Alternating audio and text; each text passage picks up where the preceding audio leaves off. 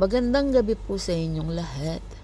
Muli, ito po ang inyong lingkod, Miss Mia, na muling maghahandog po sa inyo ng isa na namang horror story. Halina't samahan niyo po akong makinig at samahan niyo po akong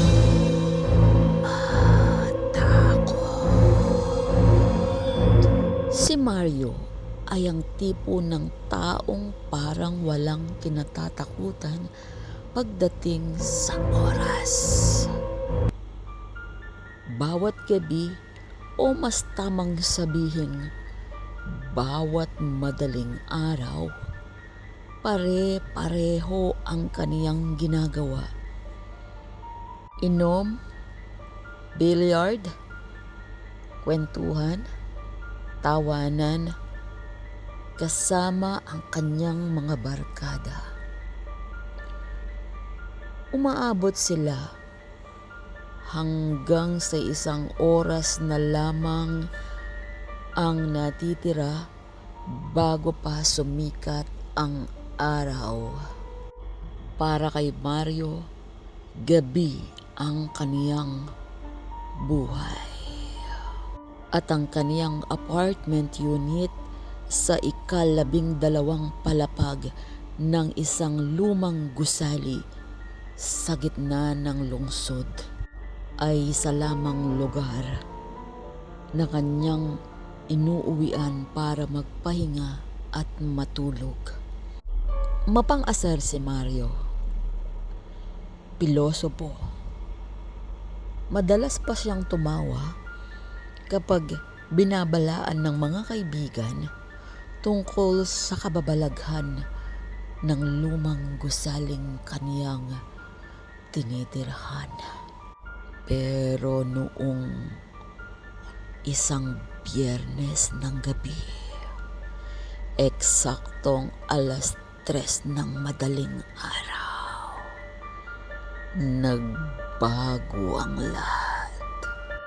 Pagpasok ni Mario sa madilim na labi, tanging ang humuhuning fluorescent light at ang lumang CCTV monitor ang nagbibigay ng konting liwanag. Medyo lasing siya pero diretso pa rin ang kaniyang paglalakad. Pinindot niya ang boton ng elevator. Mabagal bago tuluyang bumukas ang kalawanging pintuan ng elevator. Sumakay si Mario. Pumasok na bago pa tuluyang magsara ang elevator.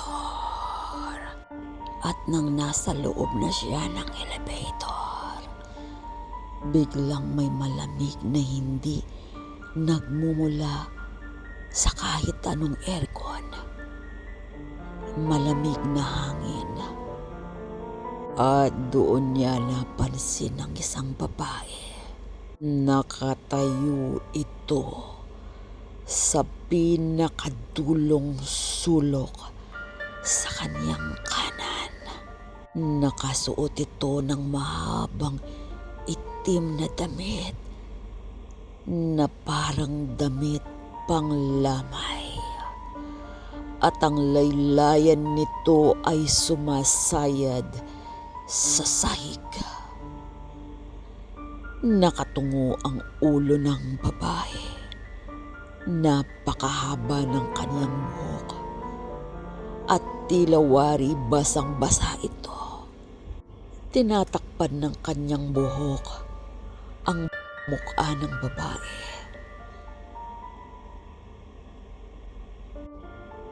Wala namang narinig na yabag si Mario. Wala rin siyang narinig na tunog ng pagbukas ng pinto para makapasok ang babae sa loob ng elevator.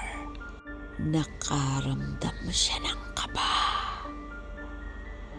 Mabilis ang tibok ng kaniyang puso. Hindi niya kilala ang babae. Inisip na lamang ni Mario, baka kapitbahay lang na nagluluksa. Iyon ang pilit na nilagay sa kaniyang isipan upang pakalmain ang sarili. Pinindot niyang muli ang button para sa 12th floor. Ngunit nang tingnan niya ang panel, napansin niyang walang ibang button na nakapindot. Ang 12th floor lamang. Saang floor ka, miss? Mahina ang boses ni Mario na nagtanong sa babae. Pilit na itinatago ang takot at panginginig ng kanyang lalamunan at kalamnan. Walang sagot ang babae. Hindi rin ito gumagalaw. Sa halip, biglang bumaba ang temperatura sa loob ng maliit na elevator. At kasabay nito, nagbago ang amoy ng paligid. Isang matinding amoy ng basang lupa. Amoy lumang kandila at tila nabubulok na mga bulaklak. Napatingin si Mario sa malabo at may lamat na salamin ng elevator. Nandoon pa rin ang refleksyon ng babae. Pero habang umaakyat ang elevator patungo sa 3rd floor, 4th floor, 5th floor, may napansin si Mario. Unti-unting umaangat ang ulo ng babae sa refleksyon ng salamin. Samantalang sa totoong buhay, nakatungo pa rin ang babae sa kaniyang tabi. Mas lalong kinabahan si Mario. Bumibilis ang pintig ng kaniyang puso. Nanginginig ang kanyang kalamnan. Nanlalamig, nangihina, natatakot. At doon niya nakita ang dalawang puting mata ng babae. Purong puti, walang itim. Puting-puti ang mga mata nito. Walang bakas ng kahit anong buhay. Pagdating sa 12th floor, bumukas ang pinto.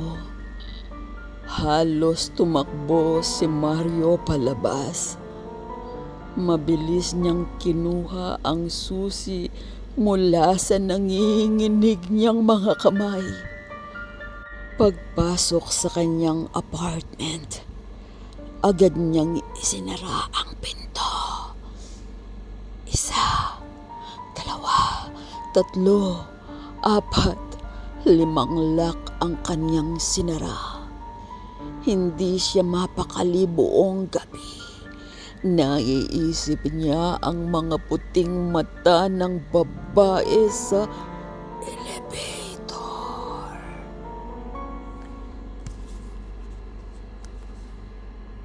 Pero kinabukasan, pinilit niyang kumbinsiin ang sarili na baka epekto lamang iyon ng alak. Kaya ng gabing iyon, muli siyang lumabas kasama ang kanyang mga barkada. Sumapit ang kinagabihan. Hating gabi na. Umuwi siyang muli. 2:00 na ng madaling araw. Ayaw na sana niyang sumakay ng elevator. Pumunta siya sa emergency exit stairs. Ngunit nakakadena ito ng mahigpit dahil sa renovation ng gusali. Wala siyang ibang daan papunta sa ika-12 palapag, kundi ang elevator lamang. Huminga siya ng malalim at pinindot ang button. Bumukas ang pinto at naroon na naman ang babae. Nakatayo sa eksaktong parehong sulok. Nakatungo, hindi gumagalaw. Sino ka ba? Sino ka? Ang tanong ni Mario at napaatras ito. Ano bang kailangan mo sa akin? Ngunit wala pa ring sagot ang babae. Muling nagsara ang pinto. Umakyat ang elevator. At habang tumataas ito, may narinig si Mario.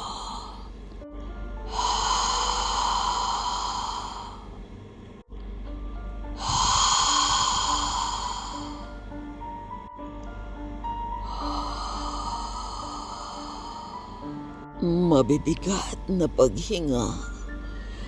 Direkta sa likod ng kanyang tenga. Nanigas ang buong katawan niya. Napapikit sa takot. At pagkatapos, may bumulong sa kaniyang tenga. Hinihintay kita. Hinihintay ko ang pagdating mo. Lagi akong maghihintay. Ang boses ay kakaiba. Parang dalawang boses na pinagsama sa isang garalgal na babae. At ang isa ay mababang boses na parang umuungol at ngumingisi tulad ng isang halimaw.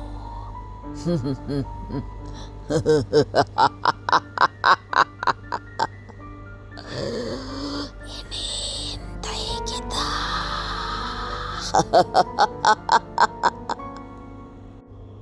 Nang gabing iyon, hindi nakatulog si Mario. Binuksan niya ang lahat ng ilaw sa apartment. Maya't maya ay pumupunta siya sa toilet at laging nakasilip sa peephole ng kaniyang pinto. Tinitignan niya lagi ang hallway. Walang tao. Tahimik. Ngunit tuwing lalapit siya sa pinto, naririnig niya ang elevator.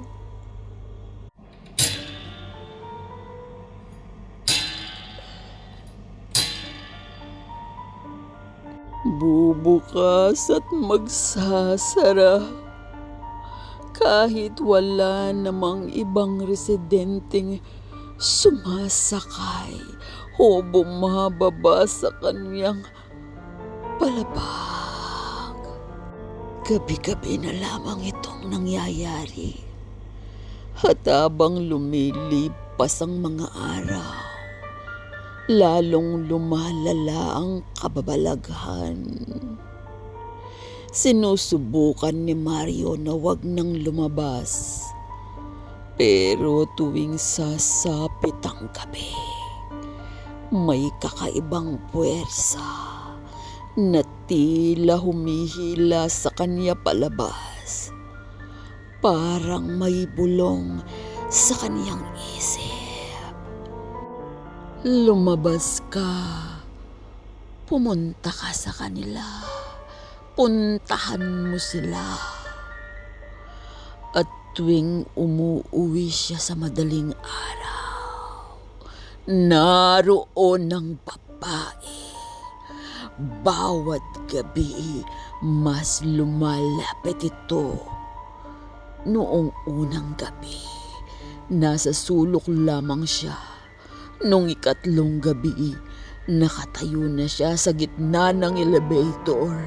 At noong ikalimang gabi, naramdaman ni Mario ang malamig, tuyot at mahahabang daliri nito. Dahan-dahang gumagapang sa kaniyang balikat habang umaakyat ang elevator. Hanggang sa dumating ang huling gabi. Ang gabing hindi na niya kailanman malilimutan. Eksaktong 3:00 ng madaling araw. Dating gawi, umuwi si Mario. Nanginginig ang buong katawan niya habang pumapasok sa elevator. At gaya ng dati, naroon na naman ang babae. Pero sa pagkakataong iyon, hindi na ito nasa sulok. Nakatayo na ito sa mismong harap ng button panel. Humaharang sa kaniyang daan. Dahang-dahang inabot ni Mario ang button para sa 12th floor. Ngunit bago pa niya ito mapindot, biglang humarap ang babae sa kanya. Mabilis, masyadong mabilis.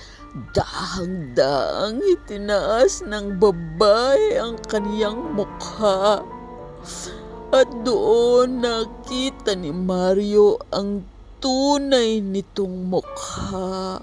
Walang balat, walang mata, walang bibig. Tanging isang maitim, malalim at tila walang katapusang butas ang nasa gitna ng mukha nito.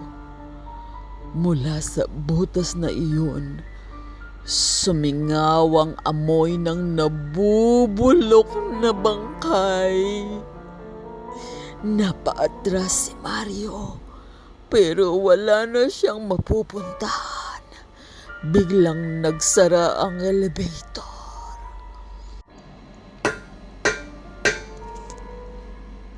Namatay ang ilaw sa dilim at ang floor indicator ay nagsimulang magloko.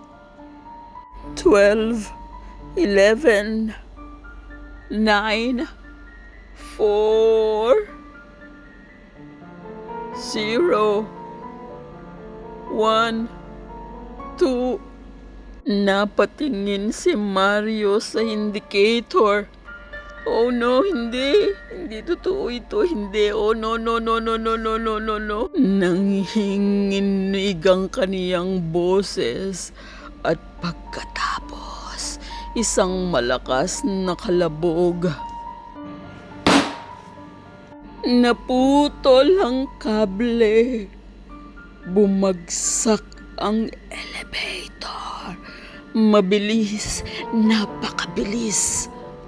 Diretso sa pinakamalalim na bahagi ng basement. Ang pulang emergency light ay paulit-ulit na kumikislap. Sa gitna ng dilim at kawalan ng timbang, napasigaw si Mario. Saklolo! Saklolo! Saklolo! Ngunit walang sumagot. Sa halip, Dahang-dahang itinaas ng babae ang kaniyang dalawang kamay. Ang kaniyang dalawang kamay at hinawakan nito ang mukha ni Mario. Hinaplos ang mukha ni Mario at pagkatapos ang kaniyang leeg mahigpit, napakahigpit.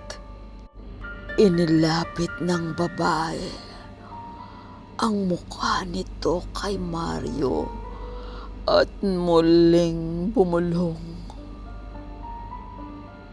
Hinihintay kita. Lagi kitang hinihintay. Salamat sa iyong pagdating. Huminto sandali ang babae at tumitig ng matagal kay Mario. At ngumiti ng malaki at tumawa ng malakas.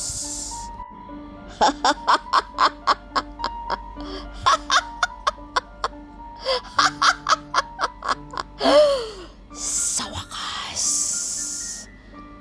kasama na kita dito sa ilalim.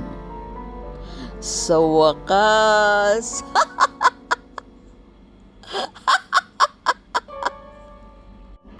Kinabukasan, nagtaka ang mga residente dahil sa hindi na gumagana ang elevator. Hindi na gumagana ang elevator. Agad na pumunta ang maintenance kasama ang guard upang siyasatin ang problema. Matapos ang ilang oras ng paghahanap, natagpuan nila ang elevator. Nakatigil ito sa pinakailalim ng abandonadong basement ng gusali. Isang lugar na matagal nang binaha at isinara pa noong dekada 80. Pinilit nilang buksan ng mga maintenance ang pintuan gamit ang crowbar. Nahirapan sila ng gusto sa pagbukas nito. Ngunit nang kanilang mabuksan, walang tao sa loob. Walang dugo. Walang katawan. Walang bakas kung saan napunta si Mario. Tanging ang kaniyang basang jacket, ang kanyang susi, at ang nabasag niyang cellphone ang nakita nilang nakakalat sa sahig. May halong basang putik at tuyong mga bulaklak. Mula noon, hindi na muling nakita si Mario. Ngunit hanggang ngayon, may mga residenteng nagsasabing kapag sumasakay sila sa elevator ng eksaktong 3:00 ng madaling araw, may kakaibang nangyayari. Biglang bumabagal ang kanilang paghinga. Biglang bumababa ang temperatura. At may maririnig silang mahinang kalabit sa kanilang balikat.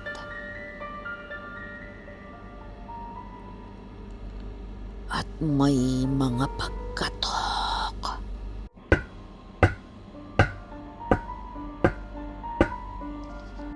At pagkatapos, may bumubulong sa kanilang tenga. Boses ni Mario. Nagmamakaawa. Humihingi ng tulong. Kasabay ng isang babae na tumatawa ng malakas sa gitna ng kadiliman. At ang nakakatakot sa lahat, kapag tinitingnan nila ang floor indicator, hindi na makikita dito ang 12th floor. At kapag bumukas ang pinto, hindi na hallway ang kanilang nakikita, kundi isang madilim, malamig, at mabahong basang basement, kung saan may isang lalaki na nakatayo sa sulok, nakatungo at naghihintay ng susunod na sasakay sa elevator tuwing hating gabi.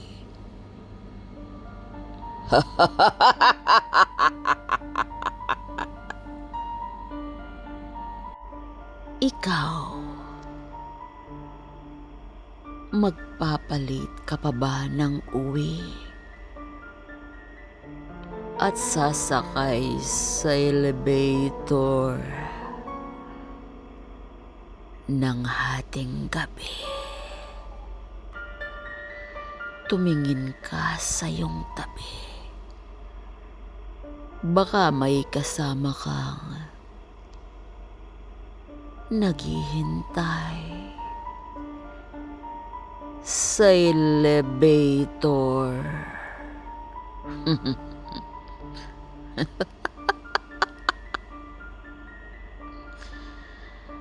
At bumubulong sa iyong tenga na hinihintay ka sa iyong pagdating at pagsakay sa elevator.